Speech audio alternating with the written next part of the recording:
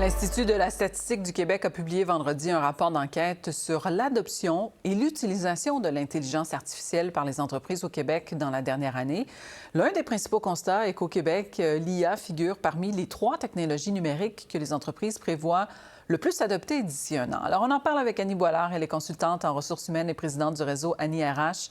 On la joint en direct de nos studios de Québec. Bonjour, Madame Boilard. Bonjour, Mme Oliviera. Alors, tout d'abord, dans quelles circonstances est-ce qu'on devrait ou qu'on peut se tourner vers l'intelligence artificielle dans le cadre d'une entreprise? Oh, bien, dans presque toutes les facettes d'une organisation, Mme Oliviera. Si on pense à l'intelligence artificielle générative, celle qu'on connaît le plus, on peut penser ici à ChatGPT, Copilot et compagnie. Alors, on va l'intégrer dans à peu près toutes les fonctions, que ce soit la comptabilité, le marketing, ressources humaines pour les entrevues, pour les tri de CV, dans les opérations également. Et ça, je vous dirais, c'est la première phase parce que suivra l'intelligence artificielle agentive. Ce sera plus complexe, ça s'en vient dans le futur, mais toujours est-il, à nouveau, ça va venir s'intégrer dans à peu près toutes les facettes d'une organisation. On voit aussi que ce sont les entreprises de plus grande taille qui utilisent davantage l'intelligence artificielle, plus que les petites. Est-ce que c'est étonnant? Parce que ça pourrait certainement aider ces petites à grandir.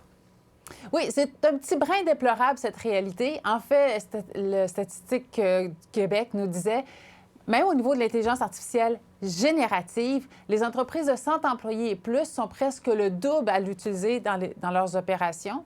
C'est autour de 26 alors que c'est autour de 12 pour nos PME. Moi, je suis d'accord avec ce que vous dites. Je m'explique mal qu'encore aujourd'hui, autant de PME sont hésitantes ou n'ont pas encore intégré l'intelligence artificielle générative dans leurs opérations. C'est certain que les grandes entreprises sont plus susceptibles à avoir du travail de bureau. Et l'intelligence artificielle générative, à nouveau un peu comme ChatGPT, va s'insérer très aisément dans notre travail là, plus administratif. Alors, on peut comprendre que pour celle-ci, c'est normal que ce soit encore plus intégré. Mais pour les PME, elles aussi, elles ont du travail de bureau, des tâches de comptabilité, des tâches de marketing, si ce n'est que de gérer leurs réseaux sociaux. Elles ont aussi des tâches en ressources humaines dans leurs opérations. Et moi, je pense qu'elles devraient là, rattraper le rythme. Et je crois qu'on va les voir l'intégrer de plus en plus rapidement. Et j'espère rapidement, parce que lorsqu'on se compare avec l'Ontario, on voit qu'il y a un décalage qui est en train de s'opérer. Même les petites entreprises en Ontario ont plus d'appétit pour l'intelligence artificielle générative. C'est peut-être aussi de la méconnaissance, parce que c'est encore récent, là, si on le veut, là, tous ces outils pour les entreprises, parce que les résultats de cette enquête de l'Institut statistique du Québec montrent que les entreprises sont curieuses, donc elles désirent explorer, mais il y a certainement de la peur. Alors, est-ce qu'on a raison d'avoir peur de cette technologie? Bien, je suis d'accord. C'est certain qu'il faut l'encadrer. Alors, ça fait peur aux organisations, ça fait peur aux employés aussi, parce que nombreux sont ceux qui ont dit qu'il y a risque d'y avoir des pertes d'emplois. Moi, je pense que tout ce qui a trait à l'intelligence artificielle générative, celle qu'on connaît le plus présentement, ça fait un peu peur, mais il s'agit de l'encadrer, notamment avec des politiques organisationnelles qui vont responsabiliser, par exemple, les employés qui utilisent l'intelligence artificielle, de valider et puis de se responsabiliser par rapport aux résultats qu'elles vont promouvoir de l'organisation. C'est aussi protéger par rapport aux outils, quelles informations on met dans l'intelligence artificielle générative, puis créer une culture pour que les employés développent leur aisance à l'utiliser.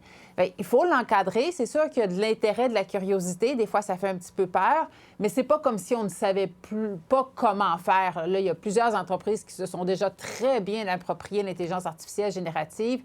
Elles ont un peu pavé le chemin pour les autres organisations. Comme je vous dis, on sait pas mal bien qu'est-ce qu'on doit encadrer et ne pas encadrer. Bien, je pense que ça va permettre aux organisations d'accélérer tout ça. Vous avez raison, c'est une réalité qui est présente maintenant, donc on n'y échappe pas.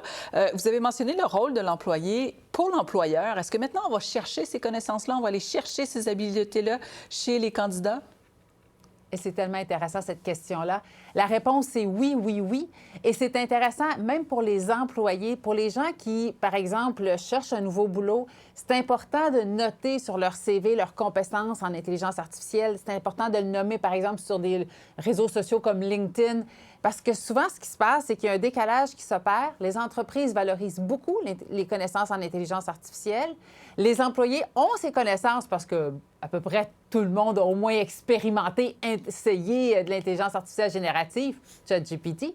Et donc, les gens ont développé une certaine connaissance et certaines capacités à l'utiliser, mais des fois omettent de le mentionner, de l'expliciter sur leurs documents. Alors, la réponse, là, c'est oui, c'est important. Puis oui, et lorsqu'on regarde notamment aux États-Unis les statistiques sur les candidatures, les candidatures que retiennent les recruteurs vont préférer des gens qui ont moins d'expérience, moins de compétences dans un domaine, mais qui sont initiés à l'intelligence artificielle, plutôt que des candidats très, très expérimentés, mais sans connaissance de l'IA.